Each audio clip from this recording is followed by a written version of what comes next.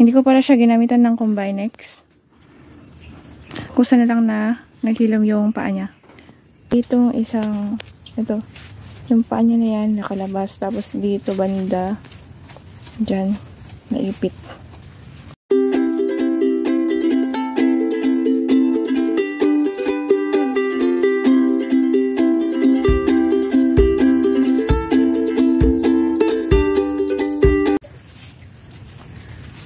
Ayun guys, may isang na-injured dito.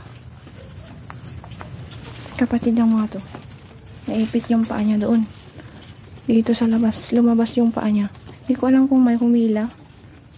Pero naipit. Yun natin. Yan o. Dugo-dugo pa kanina.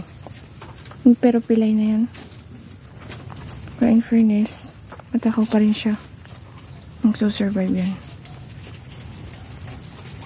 Hindi ko alam kung hinila ba siya ng pusa or ibang hayop. Kasi yung paa niya lumawit na dito. Nakalawit na. Nang ganyan. Yung paa niya nasa labas.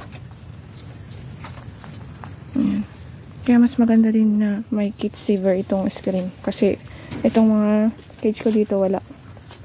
Ito, meron nga pala. Pero ay wala. Asan na yun? Ito. Kaso mababa. Ito, sana may malilit na ganun. Pero sana mataas hanggang dyan. Para hindi lumalabas. Matakaw naman siya.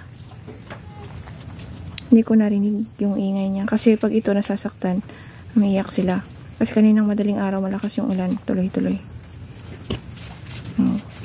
Kawawa naman. Pero malakas siya kumain. Kain din siya nito.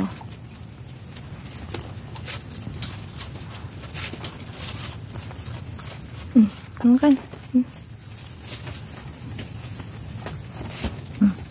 Ganun, hindi siya hindi niya may apak to. Oops. Delikado na, nakahalo siya. Kasi maaapakan. Observe ko muna kung kaya niya.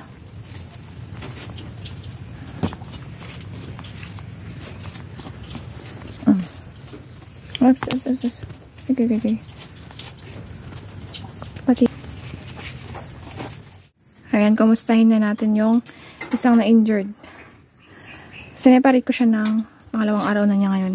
Pero nakita ko matakaw naman siya at nakakalakad na. Ayan. Okay na yung paa niya. Try natin. Hop.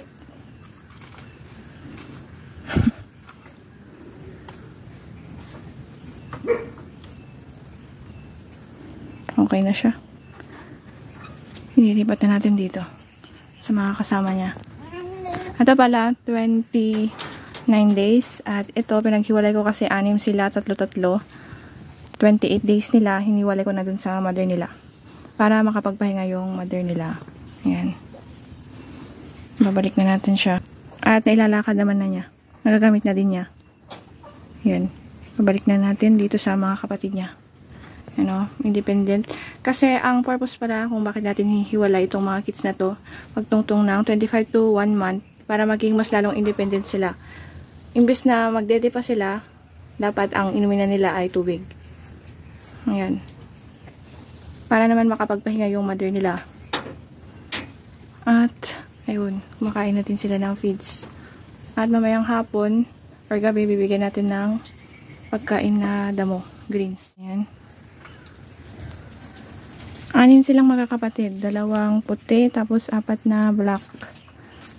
Pero ginawa kong 3-3. Para pag lumaki sila, okay lang na, okay itong space. Ayun, 4 sila. Okay na siguro dyan sa isang cage. Pag lumaki na sila, ililipat ko dun sa kabila.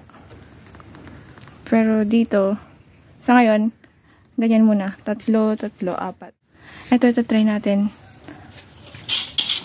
Next month, ipa-stud. Or 3rd week of this month. Mabalik na yung fur niya eh. Ayan. Mabalik na. Nabawasan yung pagkasungit niya nung nanganak siya. So, yun lang guys. Salamat sa panonood. Like, share, and follow sa aming page at subscribe sa aming YouTube channel. Thank you!